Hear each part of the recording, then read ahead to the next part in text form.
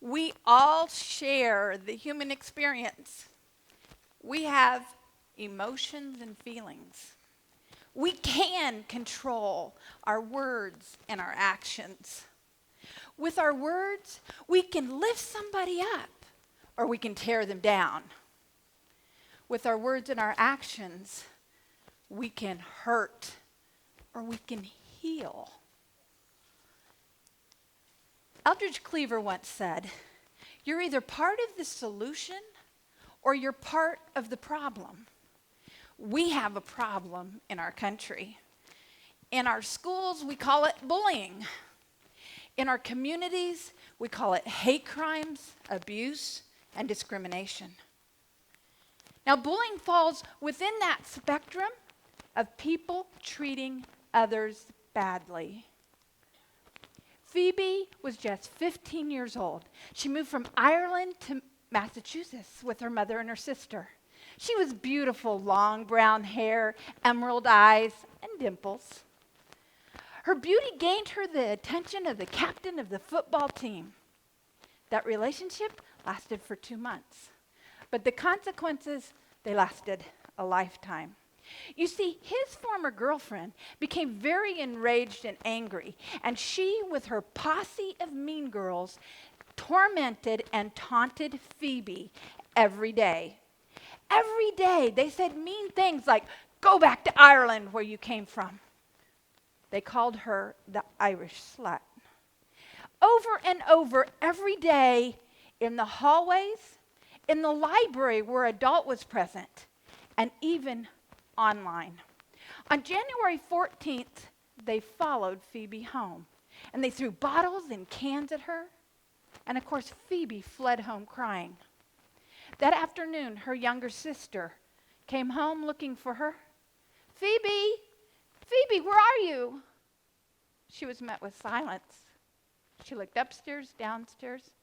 She finally looked in the family closet.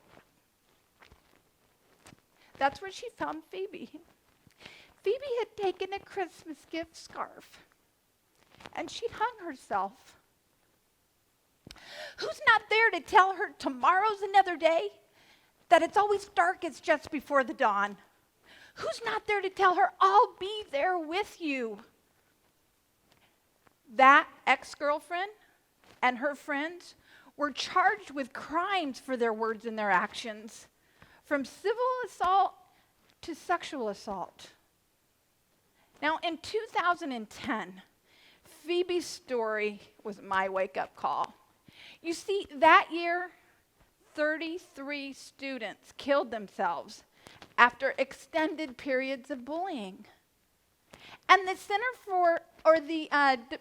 National Education Association, they reported that 160,000 students every day across America did not want to go to school because they didn't want to face their bully.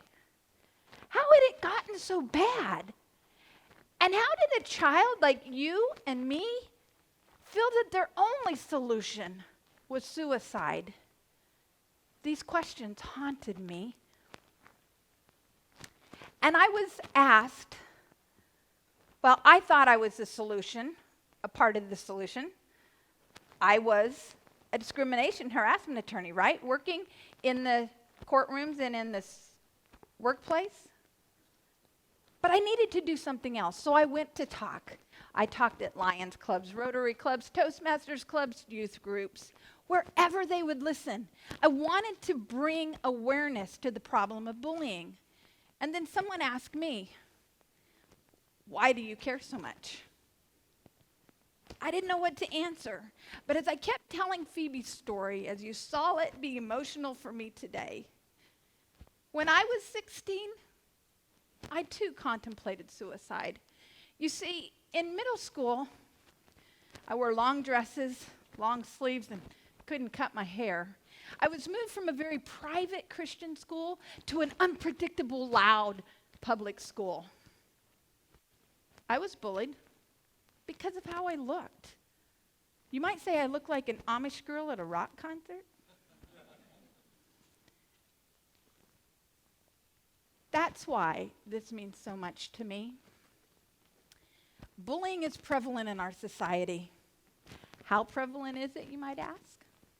Well, the Center for Disease Control says it's an epidemic. It's a health problem. Look to the person on your right. Now the person on your left. 2 out of 3 of you have or will encounter bullying. Studies have shown that 75% of all students from kindergarten to high school experience bullying, whether as a target, as a bully, or a bystander.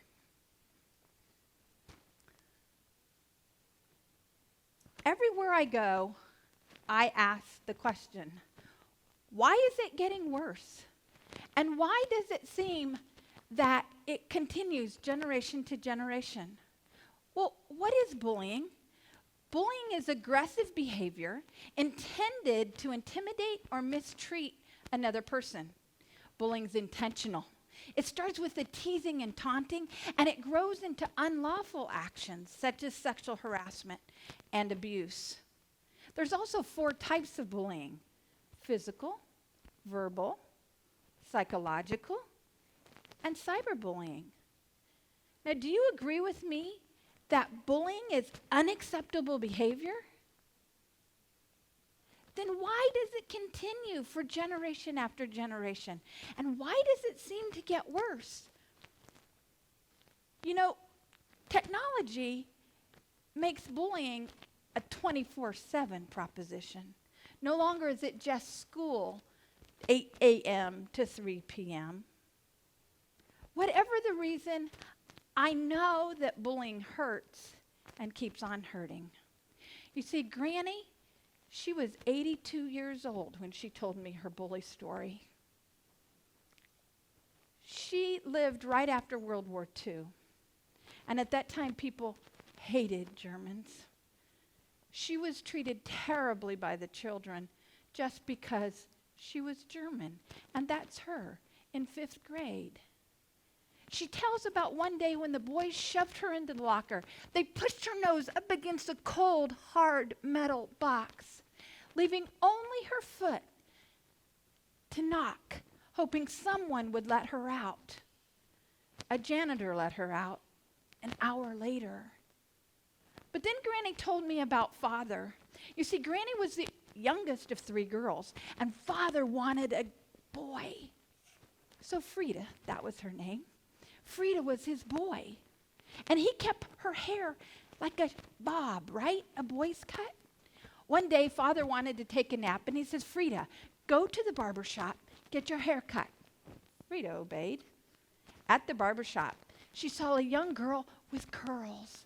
She couldn't take her eyes off of those curls.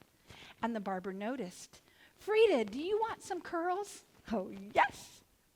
So he gave her curls. And Frida skipped all the way home. Then Father woke up. He took one look at her, and he grabbed her by the hand, and he led her downstairs where the wash tubs were. He took her head and dunked it into the water over and over again till all the curls were gone. As he sat her back up and the water cascaded down her cheeks, so did the tears. As Granny retold me that story all those years later, I saw tears welling up in her eyes. That's how I knew that bullying hurts and keeps on hurting. And everywhere I speak, I ask this question: can we really stop bullying? Can bullying be eradicated from our schools? Some say no. Some others say maybe. I'm here to tell you, yes, we can. We can stop bullying by our mindful words and actions every day toward everybody. I was told often by my mother, Deborah, think before you speak. I didn't understand what she meant. Oh, I thought about the words before I said them, but I didn't think about the words and the impact they would have on the person to whom I would say them or to the persons around me until I heard the question. It was a question that was said to me by the friend doctor. The friend doctor, David, is a man who is devoted to healing the world through relationships. You see, every day, David uses words and actions to lift others up. You feel good about yourself when you're with David. And then he told me the question that changed my life. He says, does saying what I'm saying and the way I say it let you feel good about you? Yes, I do feel good when I'm with David. I married him. Let me ask you, how do others feel about themselves when they're with you? We can be mindful. We can think about how our words and our actions impact those around us. And how do they feel when they're with us? You see, it has to be a movement that begins with me and ends with we. See, we, that's me and you. And when we together begin to be mindful, it creates a movement that can change the world. I thought about this concept, and as I left a restaurant the other day, a tall gentleman opened the door and held it for me, and I wanted to be witty and funny, so I said, "So you're the doorman today." But before the words had even come out of my mouth, I saw the reaction in his face. His shoulders slumped and his eyes were saddened. You see, my words had not been mindful because my words meant something different to that older black man. I could have said, "Thank you for holding the door open. Tomorrow I'll be the doorman." I could have been more mindful. You see, when we are more mindful, I realize that this is what we can do to stop bullying. And I've been struggling with this question: can we really stop bullying? And why do bullies bully? Well, they've been taught to bully by watching someone else's words and actions. They have either been the target or they've watched it happen. Would you watch this 1-minute video with me? It looks like rain again today. Dark clouds gather and fill the sky. Don't know how to talk to you, just know how to say goodbye. Have you actually got a driver's license? I don't think so. Go back where you came from. Learn to speak English. Go back where you came from.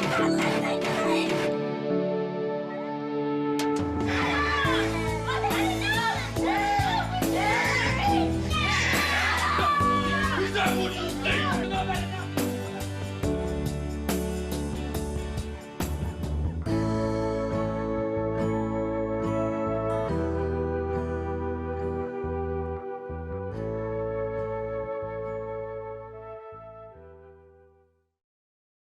Your words, your actions, your influence. Will it be positive? Will it be mindful? It does make a difference. Younger ones are watching you. Dr. Emoto Matsura is a scientist in Japan. He believed that waters are a blueprint of our reality and that emotional vibrations impact the physical structure of water. What he found is that vibrations of kind, loving words create beautiful, symmetrical crystals, and that hateful, Mean words create chaos. These are two of his images. Do you see the difference? And you may ask me, what does this have to do with bullying? I'll tell you. When you realize the impact of hateful words on water, and then you understand that our human bodies are made up of more than 60% water, then you will understand why studies have shown that bullying impacts more than just the victim. It impacts the bully as well as the bystander. If we follow mindfulness, it will take us to the tipping point. You see, Malcolm Gladwell defined the tipping point as that magic moment when an idea, trend, or social behavior crosses a threshold, tips, and it spreads like wildfire. Will you, with me, choose to be mindful? When does mindfulness start? It starts now. And where does mindfulness start? It starts with me, starts with you, and it grows to we. We become a mindful we movement. When you become mindful, it creates a tsunami of kindness that radiates across your zone of influence. Everyone you encounter each day, the ones you love, a total stranger. And what about those that think differently than you do?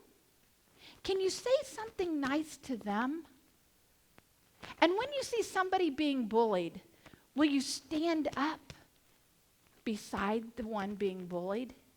Studies have showed that when you do stand up to bullying, it stops in 10 seconds. And when we're looking at something positive to say about someone that's different than us, we're all human. We're alike in so many ways. Can we stop the mean, hurtful words? Because I want you to remember, words, they're like toothpaste. When you squeeze them out, you can't put them back. Your words, your thoughts make a difference. They make a difference, and they cause a ripple effect that moves to others. Think before you post, before you tweet, before you act, before you speak. It's a mindful we. It begins with me, and it ends with we. You make the difference. And those ripples, they begin to converge. And when they converge, the small changes make a big difference. That is the bullying tipping point. Will you join the mindful movement, the mindful we movement? Will you choose to be mindful and make this world a better place to live?